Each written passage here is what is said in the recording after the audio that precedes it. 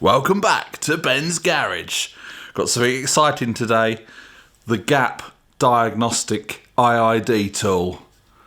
Oh yes. Hang on, put it up the right way, you can read the writing. So, this has turned up in the post today. It's going to replace the iCar Soft. We're going to see how it goes. So this video, I'm going to basically get it all rigged up to the computer, activate it, get it on the car, and I'll just talk you through the steps of doing it. So basically you go onto the website and it has got a PDF which you can download, and it gives you the step-by-step things of how to do it. It looks pretty straightforward, so we're just going to go ahead and do it. So I've logged into the website, and then I'm just going to spin the camera around and talk you through it as we do it, and then we'll go out and plug it into the car. And I think we have to activate it on the car, and that gives us a number, and we've got to come back and plug it into the thing, and that locks it to that car, which then I think that's how it's done, but we'll go through that when we get to it. And then what the plan is, I'll do it in another video. This video is just going to be getting this set up and seeing how it plugs into the car and works with the iPad and all that kind of thing. Another video I'll do is I'll compare the Gap tool with the iCar Soft, see if there's any faults that this picks up that the iCar Soft doesn't, vice versa, and we'll see how we carry on. So onto the computer. Right, I'm doing this on the PC because the Mac's all in the other room. So I've got onto my thing, onto the account.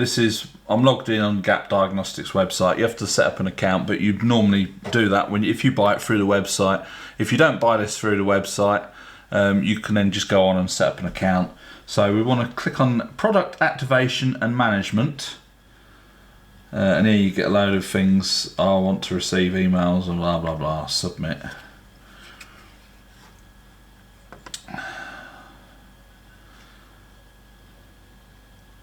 Right, so my units, I own no units. Activation. Update to download. If you haven't done it already, please download the iiD data tool and install it. Start the iiD tool updater, plug your iiD tool into and wait about 10 seconds, click on the find device button, blah blah blah. Click on updates if you don't have the latest firmware. So we're going to click on the iiD update tool, update it for PC, save file. It should be fairly quick, I don't suppose it'll be a massive program. Yeah, it's nearly done. Halfway, 3/4. Bingo, it's done. Alright, so close that. I think now what we do is you get a USB lead with it, which just plugs into the bottom of the iiD tool. Plug that into your USB socket.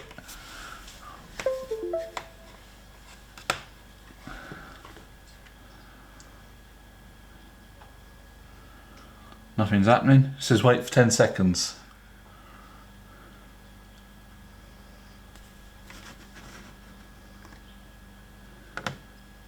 Hang on.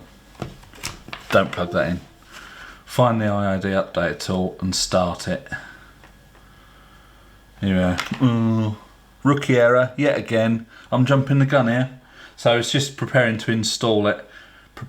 Just go through the install wizard. I'll just leave everything as default. I accept the terms and conditions. Next. Update, yeah, that's lovely. Thank you. Install. And also you see the bar going across now.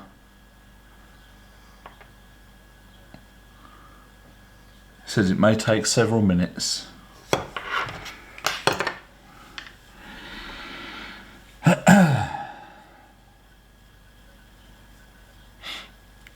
I'll get back to you when this is done.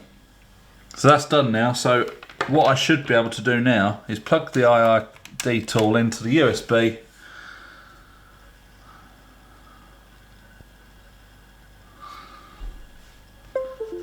Look, with a flashing light then.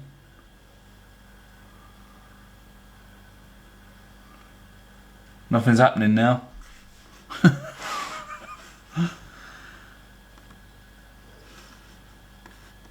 Ah, here we go, look.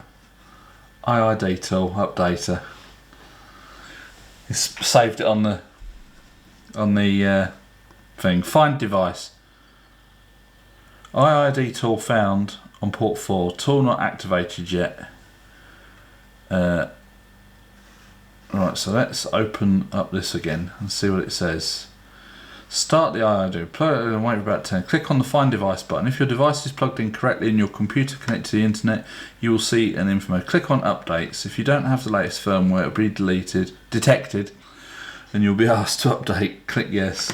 To update your iiD tool, press the Program Firmware button. Right, so let's minimise that. Program Firmware. You already have the latest firmware version installed on your iiD tool. No, if I've got the latest firmware, there's no need. So I'm just gonna close that. Open this back up again. To view the latest of your device, I'll click on. Right, so that's that.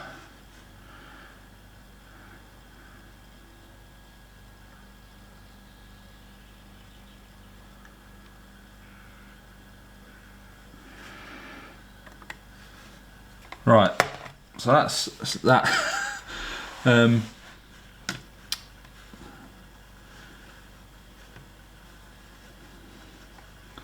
So there, we're back onto the PDF now.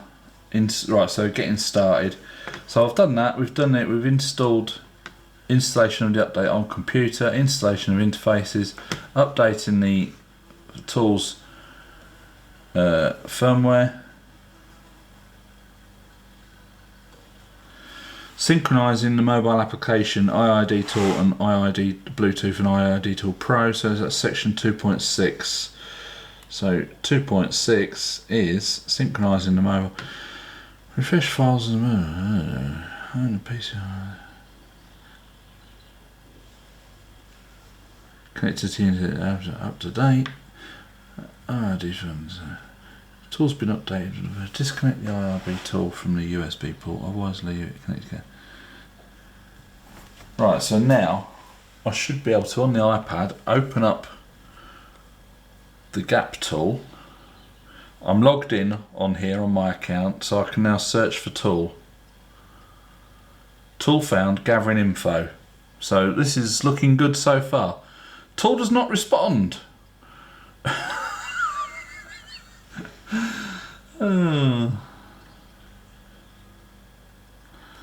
Right, so for some reason I think it's because it's plugged in. Right, so I've actually got it connected now. I disconnected it and plugged it back in. It's now showing up. If I record the screen,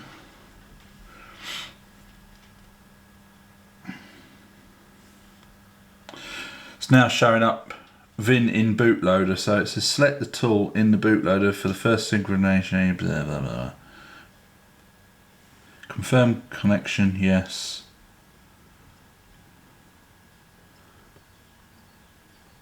Right, it's going through. It's downloading files now, so loading, additional loading.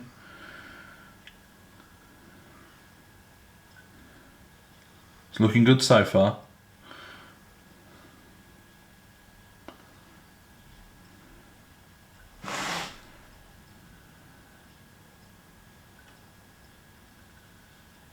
Files left to download: 6, 5, 4, 3, 2,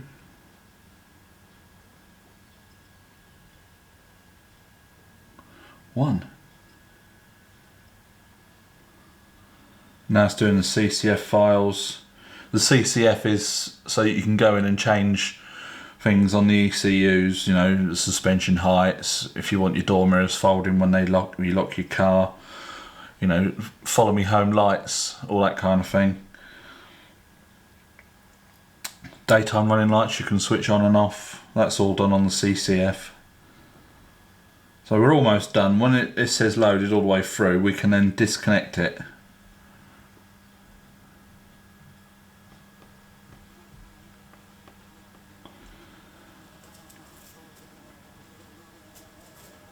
Files up to date, disconnect. You're about to disconnect from the tool, yes. So that's that. Stop screen recording. So now we can unplug the, just see if it's got a, no, there's nothing to safely remove it, so you can just unplug that. Now we've got to activate this little box of tricks. So we're going to have to take it up to the car, put the ignition on, plug that in, wait for it to do its thing, connect it to the iPad, and we can get an activation code on the iPad, which we'll have to make a note of. I'll have to then come back to the computer, enter all the details, and then do it over email or something. So we'll crack on with that, and I'll see you up by the car. So the instructions say to put the ignition on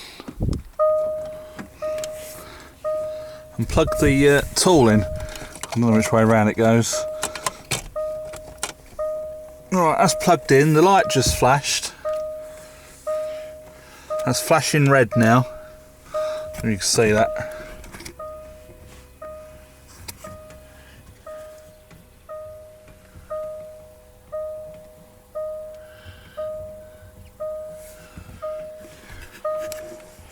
So now I'm going to go into the iiD tool. There's the iiD tool, search for tool. Tool found, gathering information. Not activated on this vehicle, searching. So I'm going to select that. Confirm connection, yes. Oh, what's this? App cannot download device info because no internet connection is available. If you're in a vehicle with no internet access, you must do the following steps. Go somewhere with internet access, Wi-Fi or cellular, power the tool using it, connect to the tools again.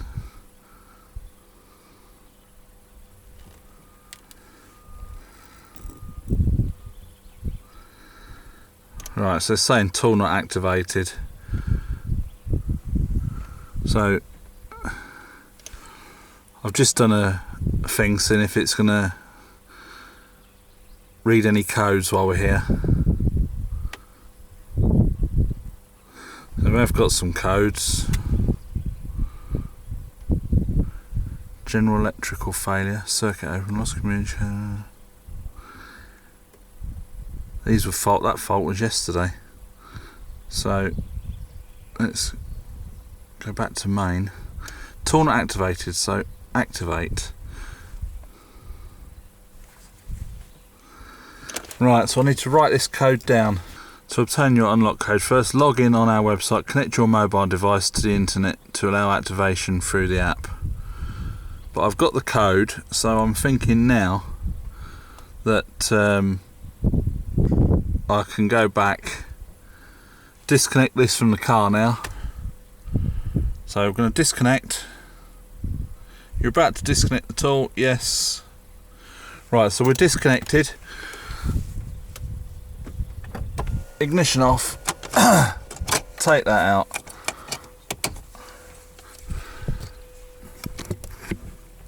Now we'll go back indoors and see if we can activate it on the computer. These reactor light glasses are pretty good. They change quite quick when you go outside.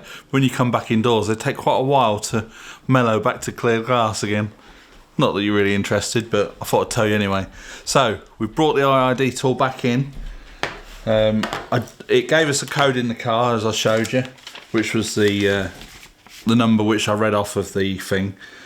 I just did this step without filming it.